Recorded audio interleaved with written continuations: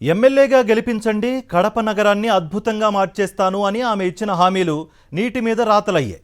వీధి వీధికి సీసీ కెమెరాలను సొంత ఖర్చుతో ఏర్పాటు చేస్తానన్న ఆమె ఎమ్మెల్యేగా గెలవగానే తన నిజస్వరూపం బయటపెట్టారు. సీసీ కెమెరాల ఏర్పాటుకు ప్రజల నుంచి బలవంతపు వసూళ్లను మొదలుపెట్టింది. ప్రతి వ్యాపారి, డాక్టర్లు, ప్రజలు సీసీ కెమెరాల కోసం విరాళాలు ఇవ్వాలంటూ ఆర్డర్ పాస్ చేసింది. ఆమె వివాదాలకు కేర్ ఆఫ్ అడ్రస్ అయిన ఎమ్మెల్యే మాధవిరెడ్డి. కడప ఎమ్మెల్యే మాధవిరెడ్డి రూటే సపరేటు. నిత్యం వివాదాలు లేనిదే ఆమెకు నిద్ర పట్టదంటూ కడప ప్రజలు కోడెక్కుస్తున్నారు. ఆమె ఏదో ఒక విధంగా గెలవాలని ఎన్నికలకు ముందు ప్రజలకు అలవిగాని హామీలిచ్చారు. ప్రత్యేక మేనిఫెస్టో కూడా విడుదల చేశారు. కడపలో ప్రతి వీధిలో సొంత నిధులతో సీసీ కెమెరాలు ఏర్పాటు చేస్తానంటూ హామీ కూడా ఇచ్చారు. తీరా అధికారంలోకి రాగానే మాట మార్చేశారు.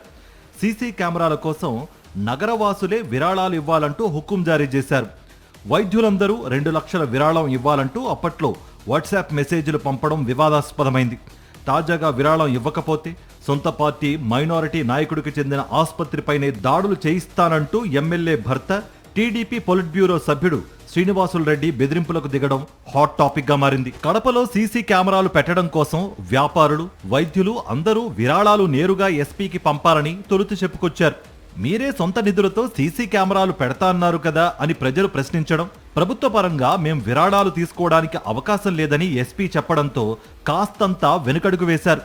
ఆ తర్వాత నేరుగా నగరవాసులకు ఫోన్లు చేసి ఎమ్మెల్యే మాధవిరెడ్డి, ఆమె భర్త శ్రీనివాసులు రెడ్డిలో బెదిరింపులకు దిగుతున్నారనే ప్రచారం జరుగుతోంది. సొంత పార్టీ మైనారిటీ నేత జిలానీ భాషపైనే బెదిరింపులకు దిగారు.